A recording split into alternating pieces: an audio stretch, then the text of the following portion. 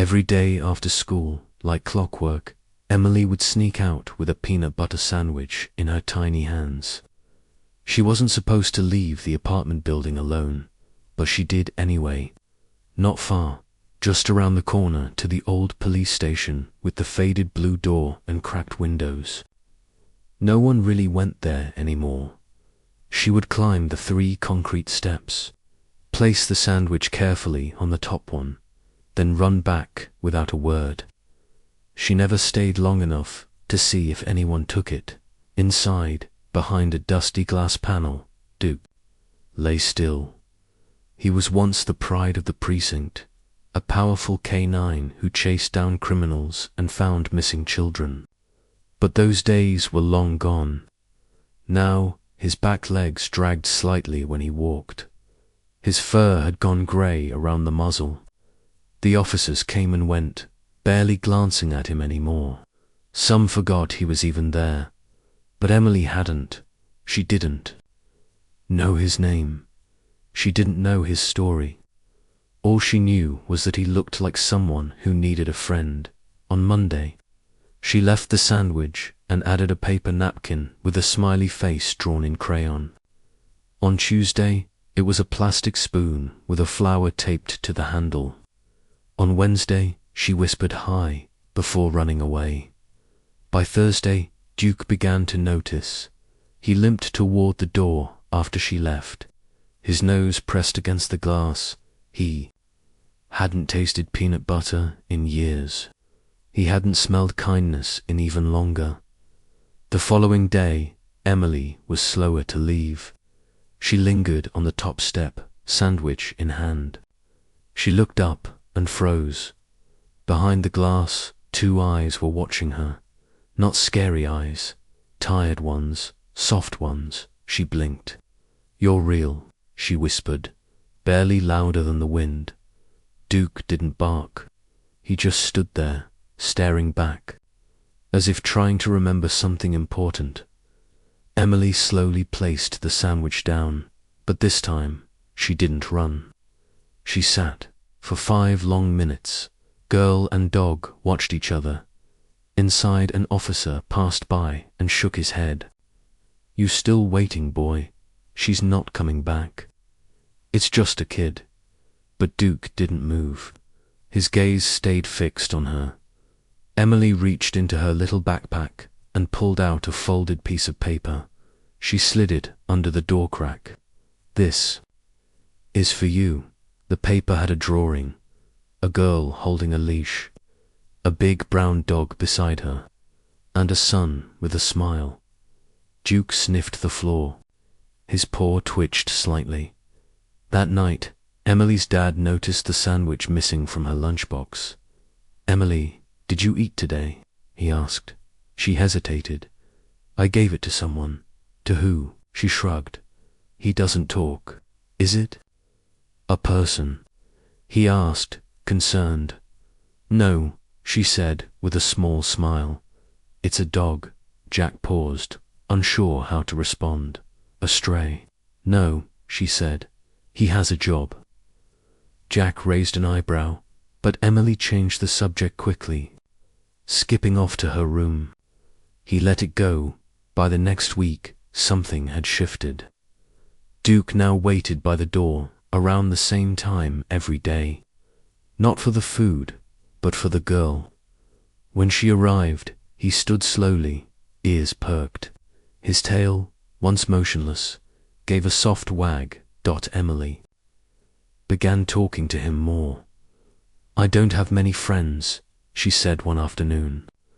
"The girls at school think I'm weird." Duke just listened. "My mum used to pack my lunch. She used to cut my sandwiches in half. I still do that. I pretend she's still here." Duke lay down against the door. His eyes didn't leave her. "They say you used to be a hero," she whispered. "I think you still are." Inside, Officer Riley watched from a distance. He leaned against the doorframe with his arms crossed. Didn't think the old dog had any friends left. Another officer chuckled. "Guess he found one." But they didn't stop her. None of them did. Because every time that little girl came around, Duke changed. He stood straighter. He ate better. He barked softly when he saw her from afar. And Emily, she began smiling more. She spoke louder at home. Her drawings came back to life. "Dad," she asked one night, "do dogs remember things?" He looked at her, thoughtful. "Yeah, I think they do. Even when people forget them." Jack sighed, especially then. The next day, Emily brought an old squeaky toy shaped like a donut. She tossed it gently toward the door.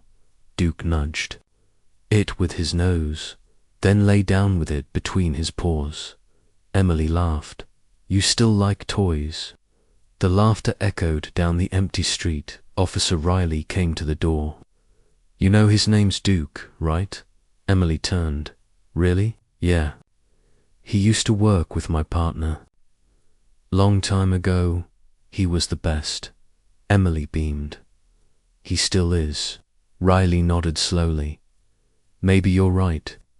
That night, for the first time in months, Duke left the front of the building and limped outside into the cool evening air. He looked down the sidewalk, sniffed the wind, then turned his head back toward the steps. Emily's sandwich was gone, but she'd left something else, a drawing taped to the door. It was of Duke, wearing a crown, and beside him, the words, "My hero," and Duke, the forgotten dog, sat a little taller, as if he remembered who he used to be, or maybe who he still was. Asterisk, asterisk. Duke hadn't left the station steps in weeks, maybe months. Most days, he didn't even lift his head. The officers moved around him like he wasn't there. Just a shadow. Just another part of the floor. But then Emily started coming back, every single day after school. Without fail, she showed up with something new in her hands. Sometimes it was a mismatched sock. Other times it was a toy bone with the squeaker, worn out. One day it was a crayon drawing of Duke with hearts around his head. "Here," she said shyly, placing it beside him. "This one's you." Duke didn't move. Not at first. He watched her through tired eyes. His ears didn't twitch. His body didn't shift. But something in his chest, something buried deep, stirred. Emily kept talking to him like he could answer. "Your paws are really big," she said one afternoon. "Bigger than any dog I've ever seen." Duke blinked slowly. Another day, she sat beside him and whispered, "I think you used to smile. I think you forgot how." No one else spoke to Duke like that, not anymore. To them, he was just the old ghost dog who never barked, never wagged, never moved. But Emily saw something different. "You're not invisible," she said, one quiet Friday. "I see you, I really do." And for the first time in what felt like forever, Duke lifted his head. It wasn't much, just a slow, uncertain movement. But it was enough to make Emily gasp. "You moved." His ears twitched. The officers noticed it too. "Hey," Duke actually responded. One of them said, peeking from behind the front desk. "Maybe he's not a ghost after all," Riley muttered the next day. Emily brought a sandwich and a new toy, a soft, red stuffed ball. She placed them both near Duke and crouched beside him. "You don't have to be scared," she whispered. "I know being alone hurts." Duke looked at her. His eyes didn't have the same dullness anymore. There was something behind them now, a flicker. Emily smiled. It was the same kind of smile she used to give her mum, the soft one, the one full of hope. She reached out and gently touched Duke's paw. "You feel warm," she said. "I thought ghosts were cold." Duke let out a breath. Not a growl, not a bark, just a quiet breath, like a sigh from somewhere deep inside. That evening, Jack noticed the change. "You've been humming," he said as he made dinner. Emily looked up. "I guess you only hum when you're happy." She shrugged. "I like visiting him. He's old, but he listens." Jack raised an eyebrow. "The dog, yeah, Duke." Jack paused. "Duke, he's not scary, just sad, like he's waiting for something." Jack didn't push. But the next day, he followed her just from a distance. He watched his little girl sit beside a huge, motionless dog with cloudy eyes and a graying coat. She talked to him like he was her best friend, and Duke. He leaned toward her. Not much, just enough that his shoulder brushed her knee. Jack swallowed hard and stepped back. Inside the station, Officer Riley watched the same thing from the window. "Kid's got a gift," he said to another officer. "She brought the ghost back to life," the man replied. "They didn't stop her. They didn't tell her to leave, because every day Duke changed just a little." His tail gave a small wag when she arrived. His ears lifted when he heard her voice, and Emily. She changed to her drawings got brighter. Her laugh got louder. Her steps felt lighter.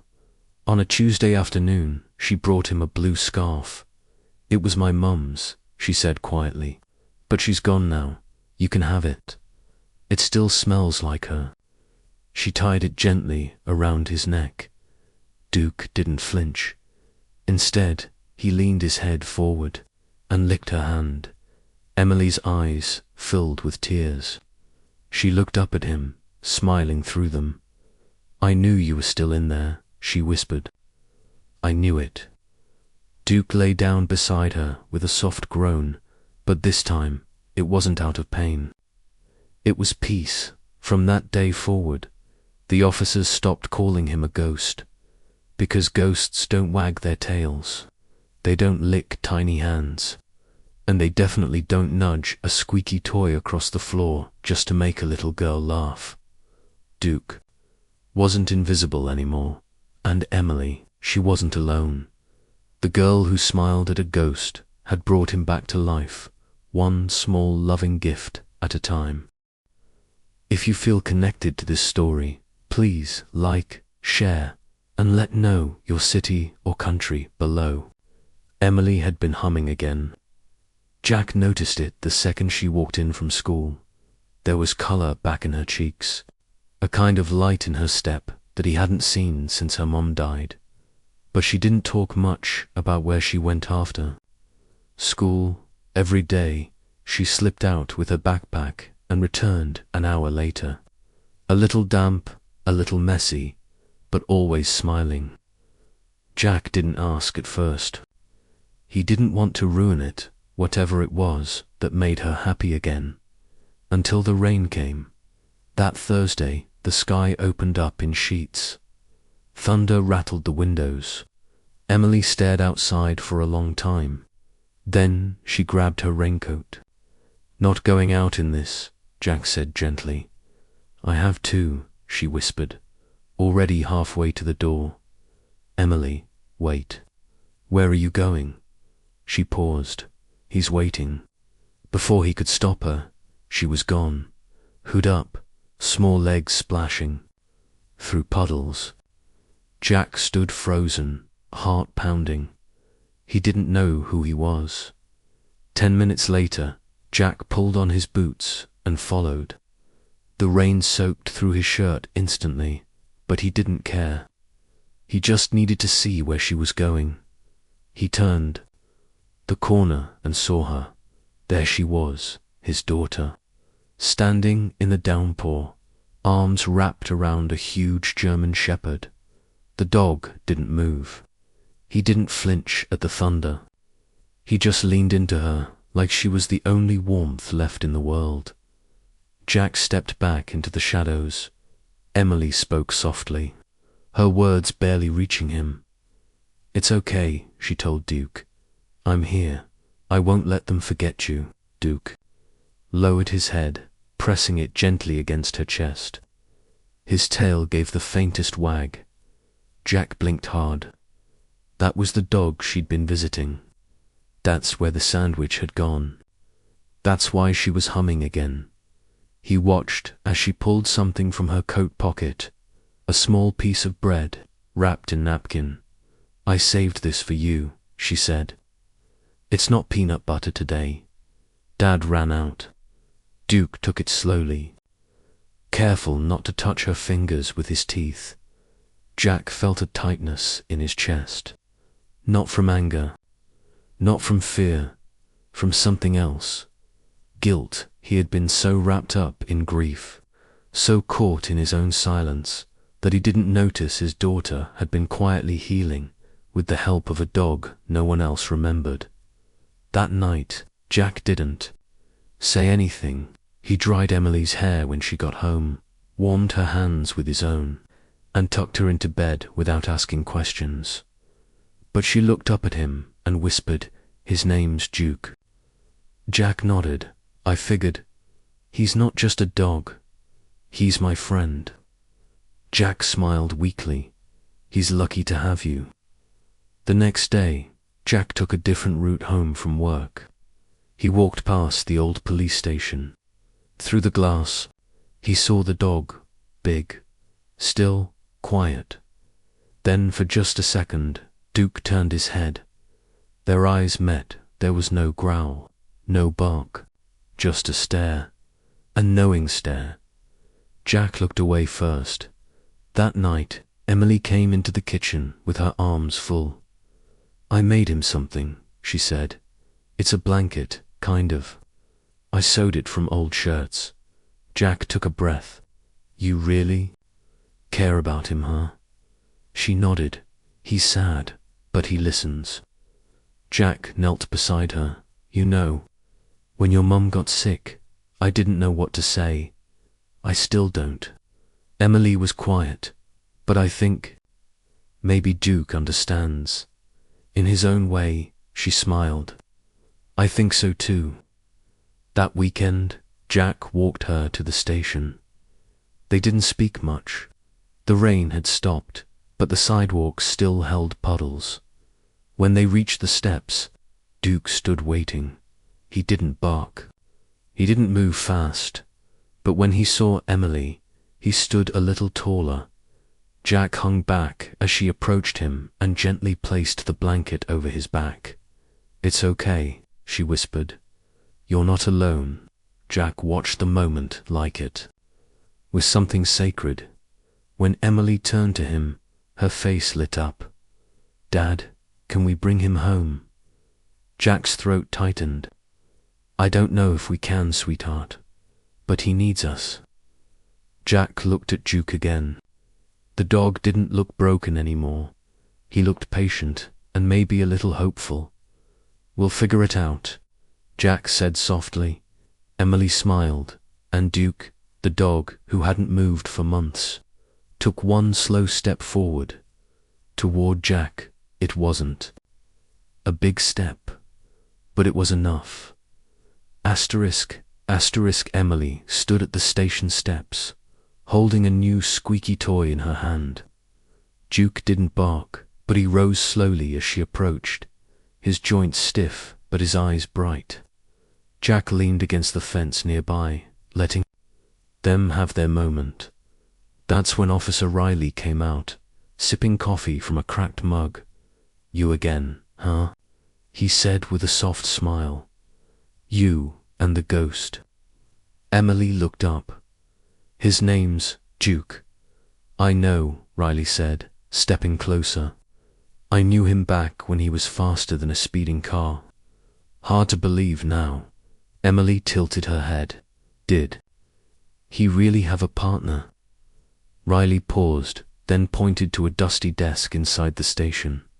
The chair was empty. The badge holder still sat there. "Officer Grant," he said. "Best man I ever worked with. That dog never left his side." "What happened?" Emily asked, her voice small. Riley let out a slow breath. "Robbery, jewelry store, downtown. They went in together. Only Duke came out. Duke, now lying beside her, gave a low whine. Emily reached down and touched his head gently. He saved 3 people that day, Riley added. Dragged a woman out before the building collapsed. Cornered the suspect. Took a bullet in the shoulder. But after Grant died, he just shut down. Emily swallowed. So they stopped letting him work. They didn't know what to do with him, Riley said. He wouldn't leave the station, just lay by the door like he was waiting for someone to come back. They just left him like that. She whispered. Not all of us, Riley replied. But yeah, mostly. People moved on. Dogs don't. Emily sat down beside Duke. He shifted slightly and rested his big head on her leg. I'm not gonna leave you like they did, she whispered. I promise. Duke nudged her hand with his nose. It was the smallest thing, but to her it felt like trust. That night, Emily couldn't sleep. She kept thinking about the empty desk, about how Duke waited every day like a soldier still guarding. A fallen friend at breakfast, she looked up at her dad. Why do people forget heroes? Jack set down his coffee. What do you mean, Duke saved people? He lost someone, but no one talks about him. Jack was quiet for a long moment. Sometimes, he finally said, people don't know how to deal with sadness, so they look away. Emily frowned. That's not fair. No, he agreed. It's not. At school, while the other kids played tag, Emily sat on the swings and drew in her notebook. She sketched Duke with a badge on his chest, a crown. On his head, underneath, she wrote, "Still a hero." After school, she walked straight to the station. Riley was out front again, this time leaning against the wall. "You back already?" he asked. "I drew something," she said, holding out the paper. He took it, glanced at the image, and nodded slowly. "That's a good drawing. I want to hang it on the wall so people don't forget him." Riley looked down at Duke, then back at her. "I think that'd mean a lot." Inside, he cleared a small space near the front desk. Emily taped the picture on the wall. Duke stared at it for a long time. Then he lay down under it, like it belonged to him. Riley knelt beside her. "You're a good kid." Emily looked at Duke. "He's a good dog." Later, she sat outside with him, legs crossed, her backpack beside her. "You remember your partner, don't you?" she whispered. "I think you still wait for him." Duke didn't move, but his eyes stayed on hers, like he was trying to answer. "I wish I could have met him," she said. "He must have been really brave." Riley came out again, with a photo, this time old, a little faded. It showed a young officer crouched beside Duke, both of them smiling. "This was taken a week before," he said, handing it to Emily. She stared at it, then looked at Duke. "You were happy?" Riley nodded. "They were the best team on the force." Emily held the photo gently, then placed it beside the drawing on the wall. Duke stood slowly, walked over, and sniffed it.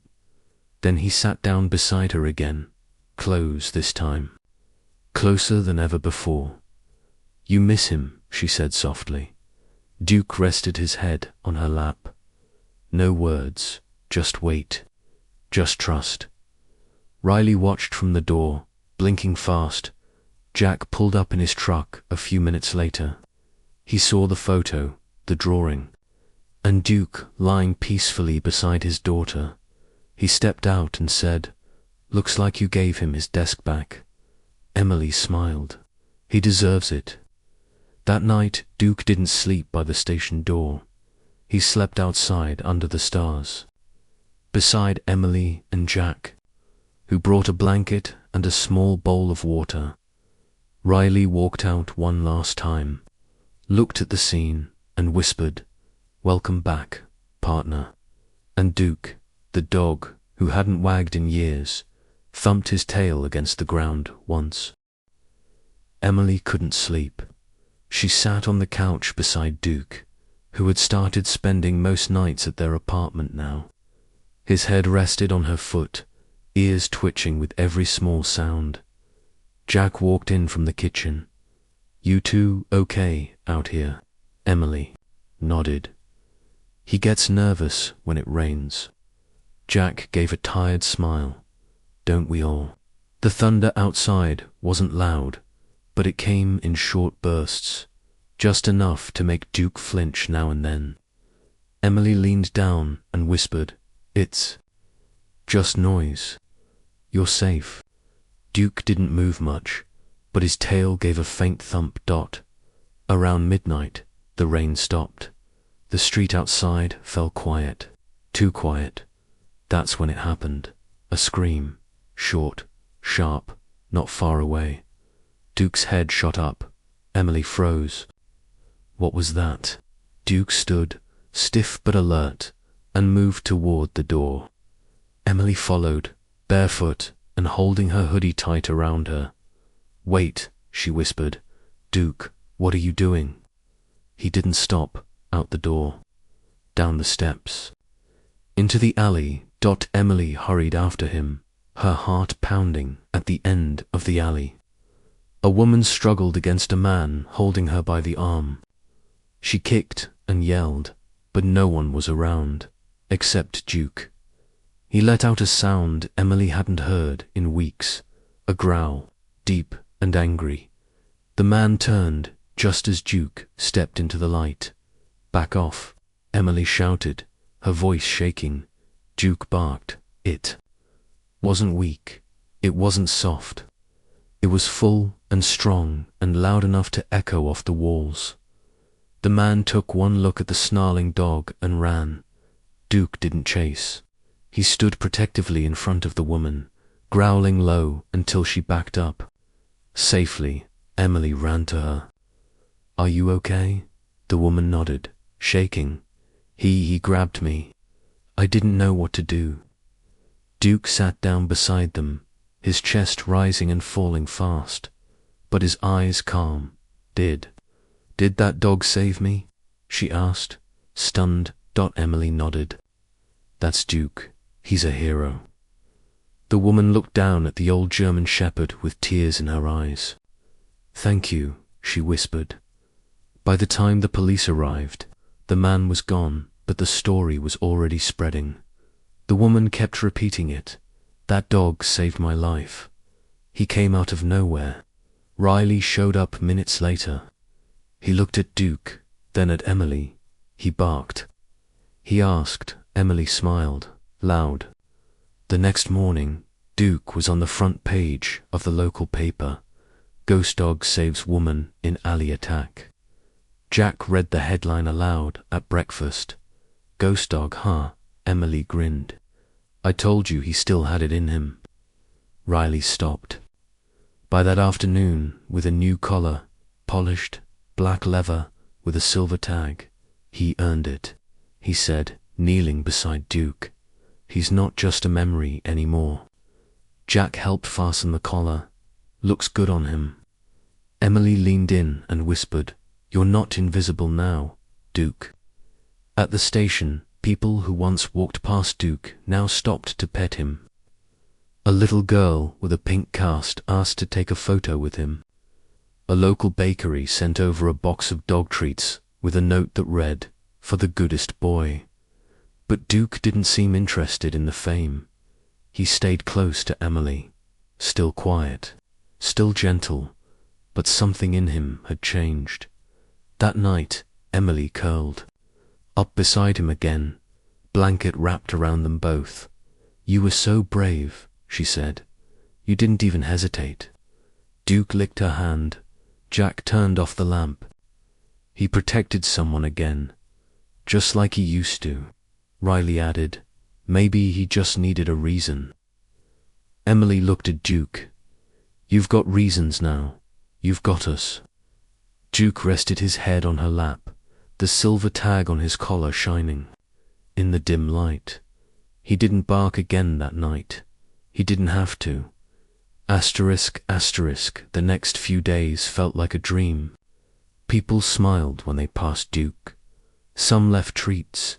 A boy handed Emily a thank you card with Duke's name written in shaky blue crayon. But the attention brought more than just kindness. One morning, Emily arrived at the station to find Jack standing outside, his face tense. He was on the phone, voice low, pacing. "He saved someone's life," Jack said. "He's not a threat. He's a hero." Emily froze. "No, he's not aggressive. He's just old. That doesn't make him dangerous." There was a pause. Then Jack sighed. "Please, just give us more time." He ended the call and turned, surprised to see her. "Who were you talking to?"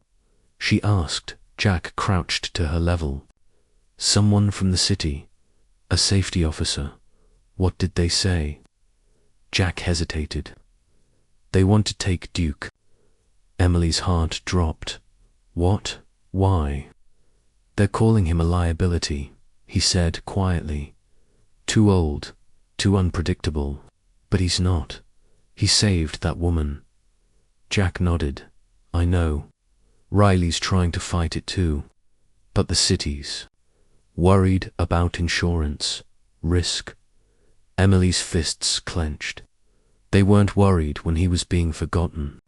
"But now that he matters again, I won't let them take him without a fight," Jack said. "I promise."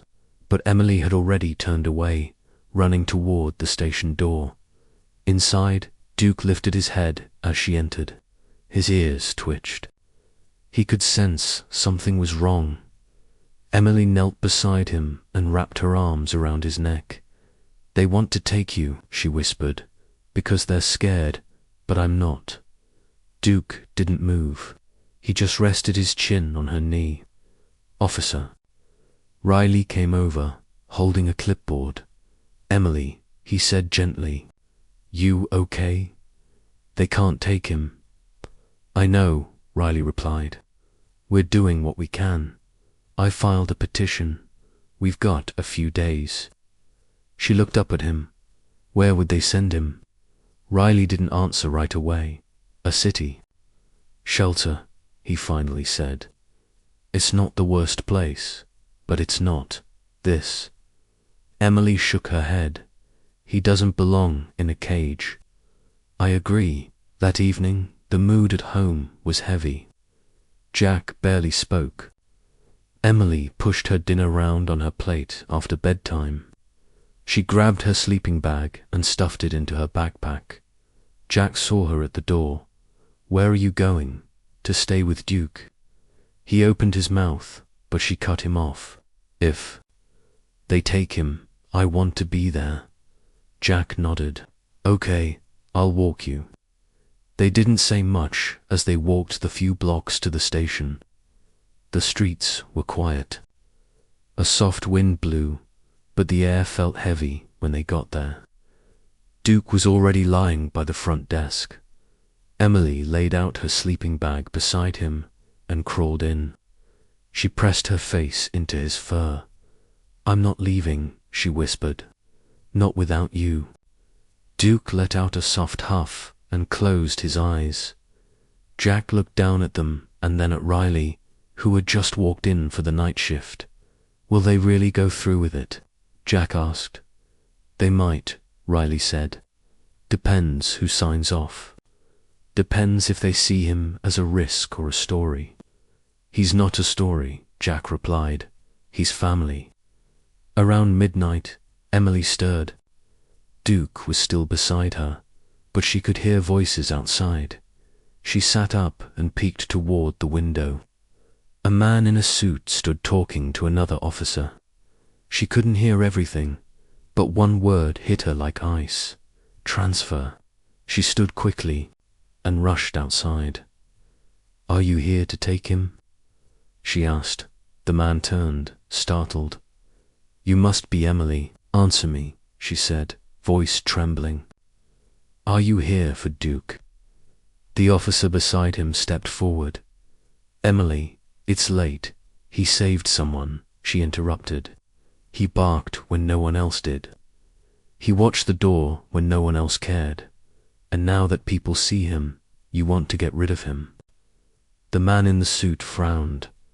It's not personal. It's about public safety. He's old.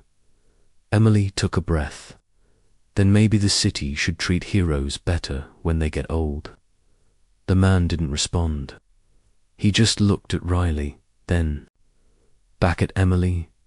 I'll be filing a final review, he said. We'll have an answer in 2 days. He left without another word. Emily turned to Riley. 2 days. He nodded. That's our window. She went back inside and lay beside Duke again. If they take you, she whispered, they take me too. Duke blinked slowly and nudged her hand with his nose. She didn't cry, not yet. She just lay there, listening to his breathing. The city might call him a liability, but to her, Duke was everything. Emily didn't sleep much that night. She lay beside Duke, staring at the ceiling of the station, his slow breathing rising and falling beside her. The man's voice kept echoing in her head. Final review, 2 days. By morning, she had made up her mind. She grabbed her backpack, stuffed in her notebook a few markers and a sandwich for Duke. Jack was waiting outside, ready to head home. He asked softly. No, she said. We're going to City Hall. Jack. Blinked Emily. I'm not letting them take him, she said. If they won't listen to grown-ups, maybe they'll listen to kids. At home, Emily spread out a sheet of cardboard on the floor and opened her box of crayons. She worked carefully, drawing big block letters, coloring them in with purple and blue. When she finished, Jack read it aloud. He saved me too. She nodded, because he did. I was so alone before Duke. Jack knelt beside her. Are you sure about this? Yes, she said. I have to try. An hour later, Emily stood in front of City Hall, holding the sign high above her head. Her backpack rested at her feet. She wasn't shouting, just standing, firm and steady, one by one. People started to notice. A woman walking her dog slowed down and asked, Who's Duke? Emily explained. A few minutes later, 2 classmates from school arrived with their parents. Then a teacher. Then a boy with glasses carrying his own cardboard sign that read, Duke is a hero. By noon, there were 12 kids, then 20. Some made signs with drawings of Duke in a cape. Others wrote messages like old doesn't mean useless, or he barked when no one else did. Emily stood in the middle, holding her crayon sign tightly. Officer Riley showed up, still in uniform. He walked over and smiled at her. You did this? He asked. She nodded. I couldn't just wait. Riley looked around at the growing crowd. A news van pulled up across the street. Well, he said, I think people are listening now. A reporter stepped out and approached Riley first. Are you the officer who served with the dog? Yes, Riley replied. Duke was my partner's dog. He saved lives, protected people. And after all these years, he's still trying. The reporter raised an eyebrow. And the city wants to remove him. They're calling him a risk, Riley said. But honestly, that dog has done more good than most humans I know. The reporter turned to Emily. And you? Why are you here? Emily looked into the camera, her voice steady. Duke didn't just save that woman. He saved me. After my mum died, I stopped talking. I stopped drawing. I didn't feel safe anywhere. Until I met him. Behind her, Duke sat beside Jack at the edge of the sidewalk. He wore the black collar Riley had given him. He didn't bark or growl, he just watched quietly, ears alert, eyes calm. By late afternoon, dozens had gathered. Local store owners brought water bottles. Someone handed Emily a megaphone, but she shook her head. "I don't need to yell," she said. "They just need to see him." At one point, a city official stepped outside to address the group. He looked overwhelmed. "We hear you," he said. "This matter is still under review." A man in the crowd shouted, "He's a hero, not a danger." Another added, "Don't punish loyalty." The official held up his hands. "We'll take all this into account." Emily stepped forward, holding her sign high. "We're not going away," she said. "Not until you promise he stays." The man looked at her. "You're very brave." "I learned from Duke," she replied. By evening, the story had gone viral. Social media filled with photos of the protest. The hashtag Let Duke Stay trended across town.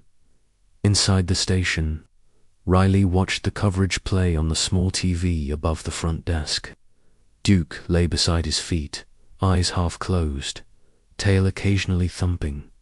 "You hear that, boy?" he said. "They're fighting for you now." Back outside, Jack wrapped an arm around Emily's shoulders. "You did good today," he said. She leaned into him, exhausted but proud. "I just want them to see what I see." Jack looked down at Duke. "I think they finally are." When the protest ended, Emily knelt beside Duke, placing her sign gently on the ground. "You're not just a dog anymore," she whispered. "You're a symbol." Duke licked her hand, and for the first time since the city had called him a risk. Emily felt hope. They still didn't have a decision, but now they had a voice, and Duke, the forgotten, the old, the silent protector, had an army behind him. The next morning, after the protest, Emily returned to the station early. Duke was lying by the front desk, his head resting on his paws, eyes following her every step. She smiled, dropping to her knees. "You were brave yesterday." Duke let out a soft huff and nudged her hand. Riley came in carrying 2 coffees. "He's been watching the door all morning, like he's waiting for something." Emily sat beside Duke. "Maybe he's just hoping they'll let him stay." As she ran her fingers through his fur, she noticed something odd. His mat was slightly bunched up in the corner, like something had been hidden underneath. She tugged gently and found a photo folded in half, old, with a torn edge. It showed Duke, younger and stronger, standing beside a man in uniform. They were smiling in front of a black and white patrol car. The man had his hand resting on Duke's head, proud and calm. Emily stared at the picture. "This must be his partner," she whispered. But something else fell out from beneath the mat. A badge, worn, scratched, and stained. There was dried blood on the corner. Her heart thudded in her chest. "Riley," she called. He walked over casually, but the second he saw what she was holding, his whole face changed. "Where did you get that?" "Under Duke's mat," Emily said. "It was just there." Riley knelt down slowly. He took the badge into his hand, turning it over like he couldn't believe what he was seeing. This changes everything." Emily looked up. "What do you mean?" Riley didn't speak for a moment. Then he stood and walked quickly to the back room. Emily followed. "What's wrong?" she asked again. Riley opened an old file cabinet and pulled out a folder, thick with yellowed paper. He flipped through it until he found what he needed. A report from years ago, the night Duke's partner was killed. Riley said his badge was never recovered. It was logged as missing. They thought it was lost in the robbery, maybe even stolen, but it was with Duke the whole time. Riley nodded slowly. This proves something. Maybe he brought it back that night. Maybe no one ever thought to. Look under his mat. Everyone just assumed. He trailed off, staring at the photo. Emily stepped closer. Do you think he stayed here because of this? I think, Riley said, he's been guarding it all these years. Jack entered the station, noticing the tension. What's going on? Riley held up the badge. You remember hearing about Officer Grant's case? His badge was never found, but Duke had it. He never left it. Jack's brow furrowed. That means the official report was wrong. It means Duke wasn't just grieving, he was protecting the last piece of his partner. Emily held up the photo. They look happy here. Riley gave a soft smile. They were. Grant and Duke were the best team on the force. Everyone knew it. Jack asked, could this help with the city review? Riley nodded. This proves Duke didn't give up. He didn't fall apart.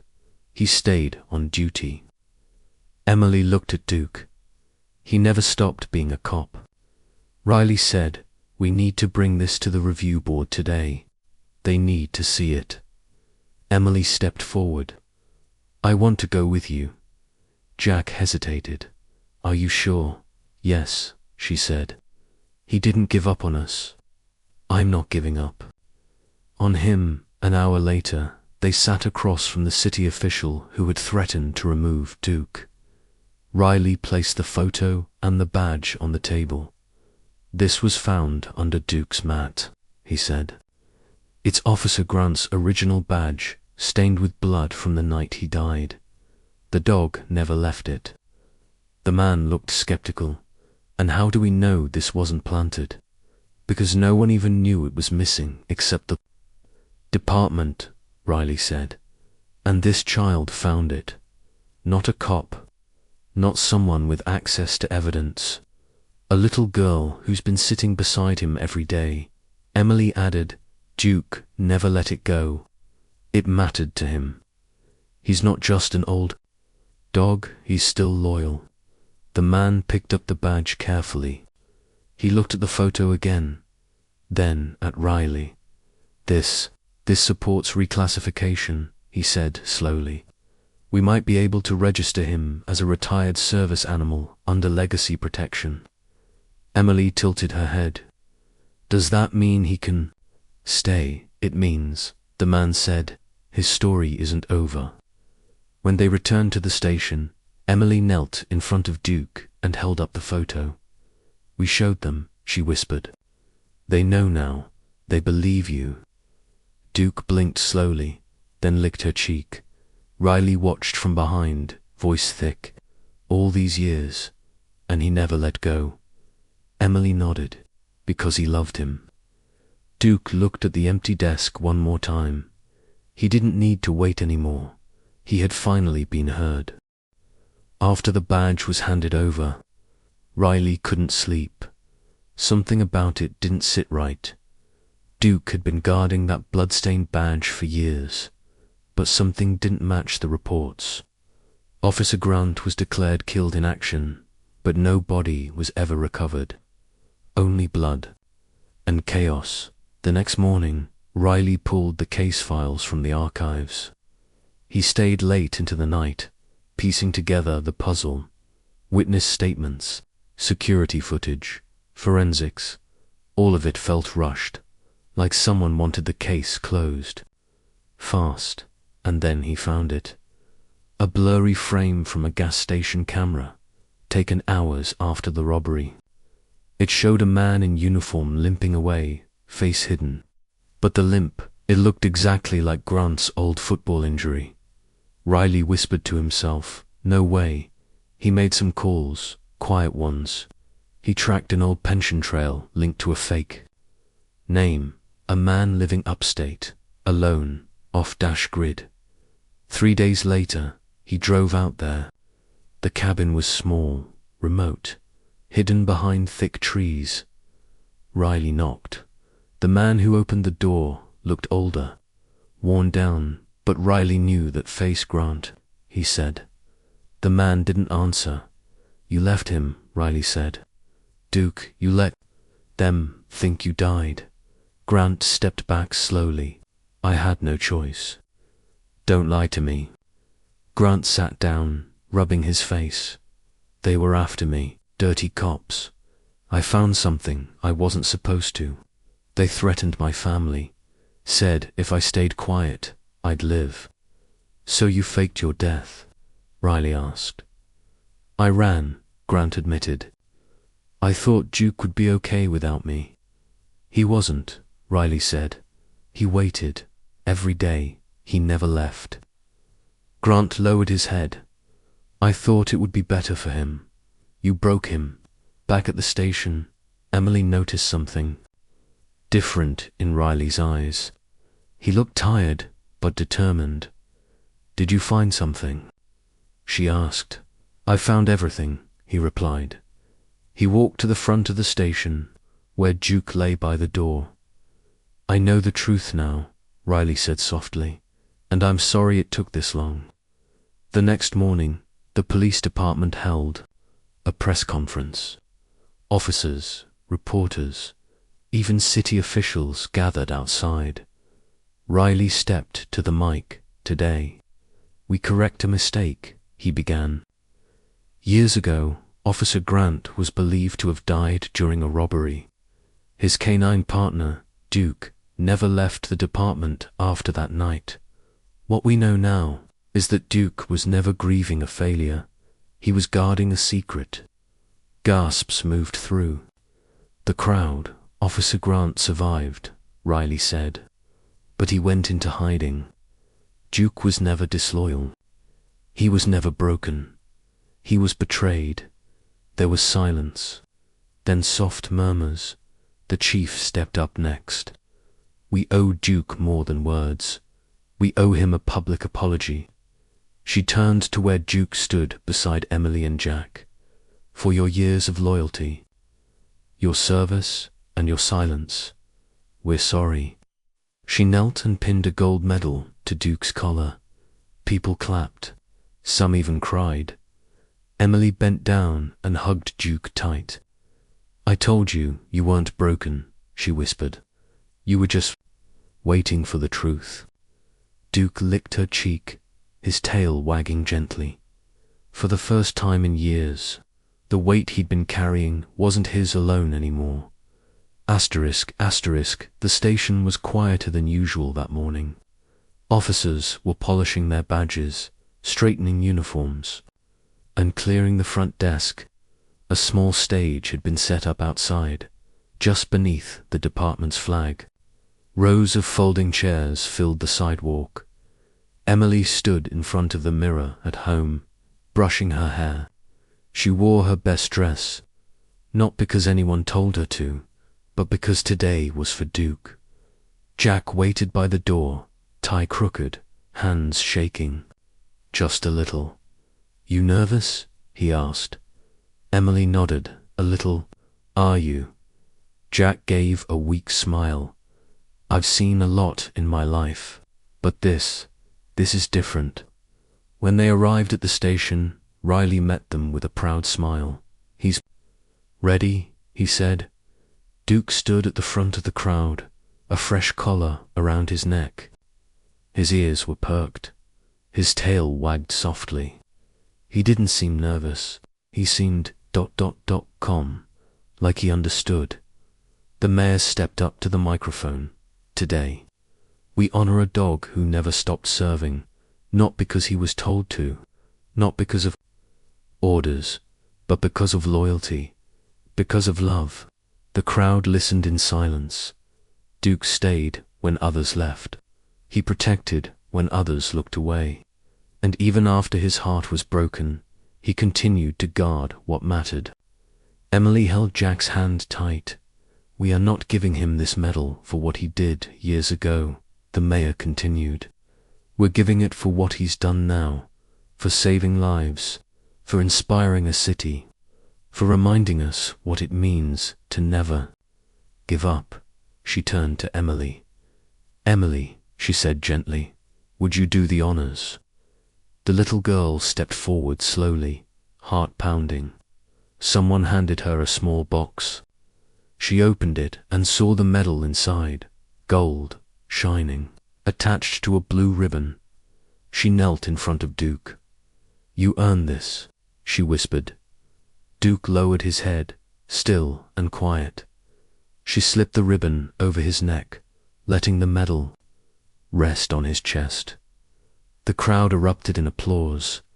Jack stood in the back, blinking fast, a hand over his mouth, not just because Duke was being honored, but because of Emily, his daughter, the girl who once stopped speaking, who barely smiled, who hid behind silence, was now the one giving a speech without saying a word. Emily hugged Duke, and the camera shutters clicked. Officer Riley stepped forward next. Years ago, Duke lost his partner, and for a long time we thought we lost him too. But we were wrong. He never left us. We just stopped looking. He paused, his voice tight, and it took a little girl to remind us of who he was. The crowd nodded. Some wiped away tears. Jack stepped up beside Emily and rested a hand on her shoulder. I'm proud of you, he said. She looked up at him. He deserves it. I know, Jack whispered. So do you. The mayor came forward once more. This medal belongs to Duke, she said, but the reason it's around his neck, that's because of Emily. The audience clapped again, louder this time, later. As the crowd began to leave, people came up to take photos with Duke. Kids pet him. Officers shook Riley's hand. Some asked Emily for copies of her drawing, the one with Duke in a crown. But Duke didn't care about the cameras. He only cared when Emily crouched down and scratched behind his ears. You're not a ghost anymore, she whispered. Duke licked her hand. That night, Jack tucked her into bed. You okay? He asked. I think today was the best day ever. He sat beside her. I watched you out there. You didn't just save Dukem. You saved a part of me, too. Emily yawned. He saved me first. In the corner of the room, Duke lay curled. On his new blanket, the medal rested beside him. It wasn't heavy, not compared to everything else he'd carried all those years. The medal ceremony had ended, but Duke's journey wasn't over. That weekend, Jack filled out the last of the adoption papers.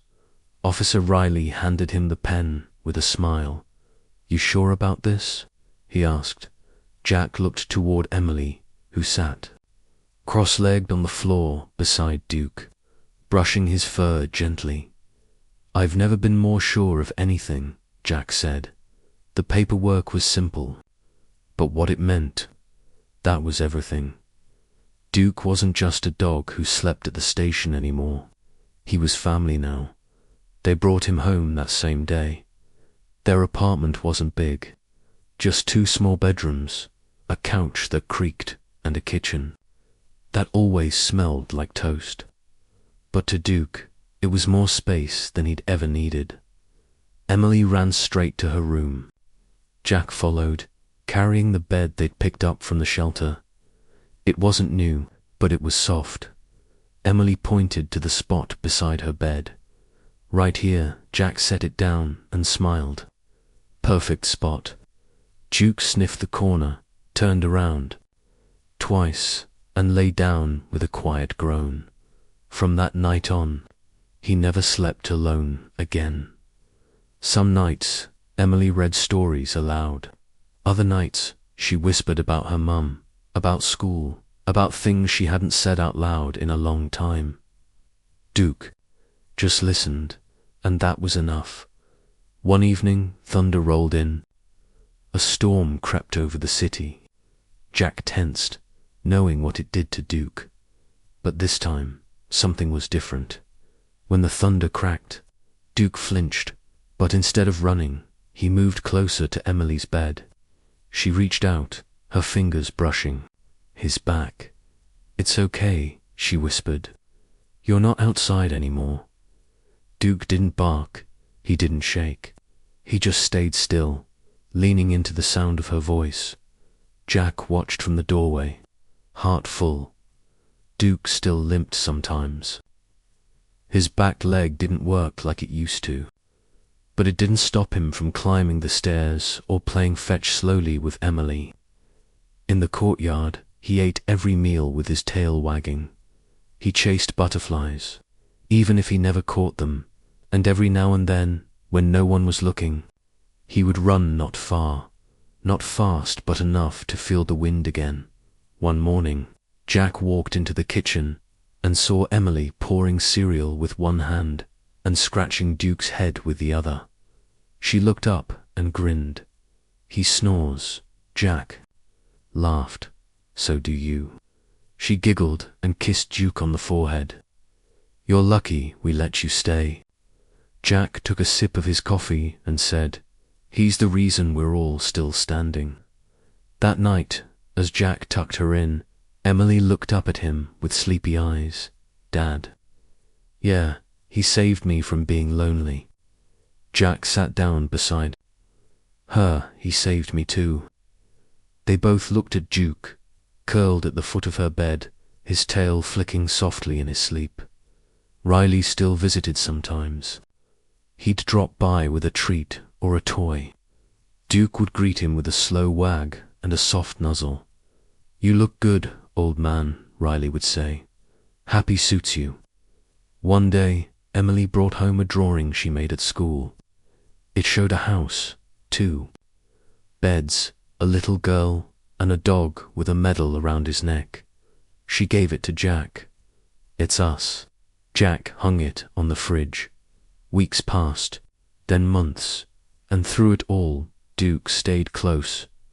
Never more than a few feet away, because after all, the waiting, the pain, the silence, and the storms, he'd finally found what he was looking for. Not a desk, not a uniform, not even a badge, just a room with 2 beds, one for her, one for him, and a family that didn't need him to be perfect. Just there, the wind was soft that morning, carrying the smell of spring and something else. Memory. Emily knelt in the grass. Older now, her knees resting beside a small gravestone shaped like a paw. The name Duke was carved into the stone, simple and clear. Underneath, it read, "Loyal friend, silent protector." In her hands, she held a peanut butter sandwich, cut diagonally, just like she used to do when she was a kid.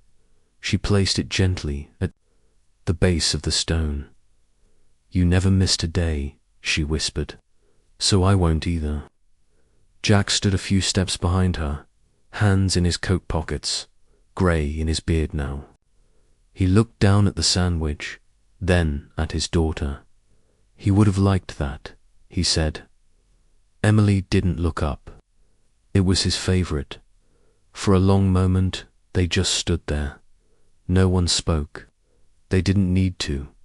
Years had passed since the ceremony, since Duke came home with them, since the 2-bedroom became 3 hearts beating under one roof. He grew slower with time. The limp became heavier. The naps grew longer. But he never left Emily's side. Even when her world changed, new school, new friends, a different kind of silence, Duke stayed. And then, one quiet morning, he didn't get up. Jack had found him, curled at the foot of Emily's bed, peaceful, like he was still listening to her breathe. He didn't suffer. He just let go. Emily had held him for hours that day. "I didn't get to say goodbye," she'd whispered. "You didn't have to," Jack had told her. He already knew. Now, she looked down at the stone again. "I wish he could have stayed. Forever," she said. Jack stepped beside her, placing a hand on her shoulder. In a way he did. Emily glanced at the sky. He waited for me, Dad, every single day, even before I knew he was mine. Jack nodded. And when you were ready, he was there. She smiled through tears. He always knew when I needed him. A small breeze rolled through the grass, brushing against her cheek. She could almost feel him again, his fur, his warmth, that soft huff of breath he made when he laid down beside her. I still talk to him sometimes, she admitted. Jack chuckled. I still wait for him to bark when I open the front door. Emily sat back on her heels, brushing the crumbs off her jeans. Do you think he knew how much he meant to me? Jack didn't hesitate. Absolutely. They stood there together, father and daughter, saying everything that didn't need to be said. A few birds fluttered by, and somewhere in the distance, a dog barked, sharp, strong and clear. Emily turned, her head slightly, listening. Jack smiled. Maybe someone else just found their Duke. She let out a quiet laugh. Lucky them. Before they left, she looked down at the sandwich one last time. You waited at that station for so long, she whispered, and then you waited for me. She paused. Well, now, I'll wait for you, however long it takes. Jack reached for her hand. He'd be proud of you. Emily squeezed his hand. I was proud of him first. They walked back down the path, the grass swaying behind them. The sandwich stayed where she left it, waiting just like he always had. Asterisk. Did this story touch your heart? Give it a thumbs up, share it around, and drop your location in the comments.